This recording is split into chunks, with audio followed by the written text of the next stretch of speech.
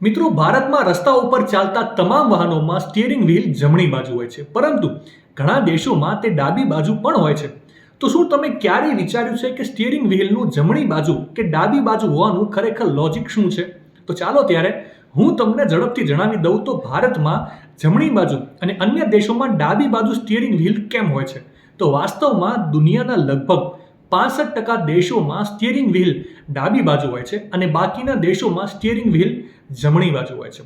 જમણી બાજુ steering wheel હોય તે દેશોમાં Bharat, Britain, Japan, New Zealand, Singapore અને ઓસ્ટ્રેલિયા જેવા દેશોનો સમાવેશ થાય છે.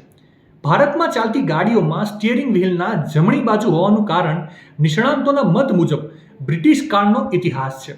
મિત્રો, આ બાબતે ઘણા બધા તર્ક વિતર્ક રહેલા છે, પરંતુ નિષ્ણાંતોના મત મુજબ ભારતમાં એક લાંબા સમય સુધી અંગ્રેજોનું શાસન રહ્યું હતું અને તે સમયે ભારતમાં ગાડીઓ બ્રિટનથી આવતી હતી, જ્યાં પણ સ્ટીયરિંગ વ્હીલ જમણી બાજુમાં હતું. તેવામાં ભારતમાં પણ સ્ટીયરિંગ વ્હીલ જમણી બાજુ રહેવા લાગ્યું અને ઘણા દેશોમાં ડાબી બાજુ સ્ટીયરિંગ વ્હીલ હોય છે, જેમ કે અમેરિકા. જો કે આ પાછળનું હજી સુધી કોઈ ચોક્કસ ઐતિહાસિક કોઈ કારણ હોય એવું સ્પષ્ટ થયું નથી. નિષ્ણાંતોના મત મુજબ અહીંયા પર પહેલાથી જ ગાડીઓનું સ્ટીયરિંગ વ્હીલ ડાબી બાજુ રાખવામાં આવ્યું છે, જે હજુ સુધી યથાવત છે. અને તેવામાં જે પણ દેશોમાં અમેરિકાની ગાડીઓ એક્સપોર્ટ થઈ તે દેશોમાં પણ ડાબી બાજુ સ્ટીયરિંગ વ્હીલ થઈ ગયું. માહિતી સારી લાગી હોય તો રીલને વધારે શેર કરજો અને આવી જ અવનવી માહિતી માટે સંદેશ ડિજિટલ સાથે જોડાયેલા રહેજો.